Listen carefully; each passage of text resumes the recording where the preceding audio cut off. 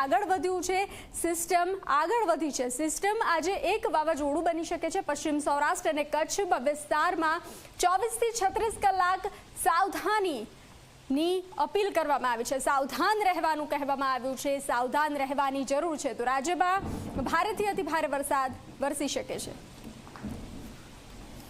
30 તારીખે આ જે ડીપ ડિપ્રેશન છે એ કચ્છના જખૌ બંદરથી અરબી સમુદ્રમાં એ ઉતરી જશે। પણ ખાસ કરીને જે આવનારા સમયની અંદર ગુજરાતની અંદર પવન અને વરસાદની શક્યતાઓ છે એની અંદર જોવાનું એ છે કે હજુ પણ 24 કલાક સુધી પશ્ચિમ સૌરાષ્ટ્રના જામનગર, દ્વારકા અને પોરબંદર અને કચ્છના પશ્ચિમ ભાગોની અંદર 24 થી 36 કલાક સુધી હળવા મધ્યમ વરસાદો જોવા મળશે। વરસાદની તીવ્રતામાં એકંદર ઘટાડો થશે, પણ વરસાદો છે હજુ પણ આવનારા 24 થી 36 કલાક સુધી નોંધાશે।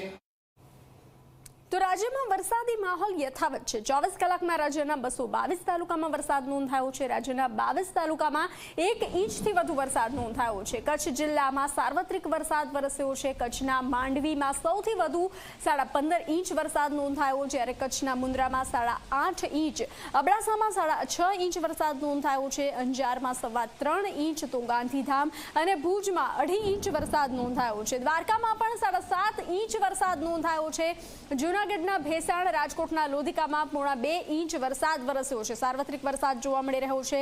રેડ એલર્ટ આપવામાં આવ્યું છે અને આશનાનો ખતરો મંડરાઈ રહ્યો છે।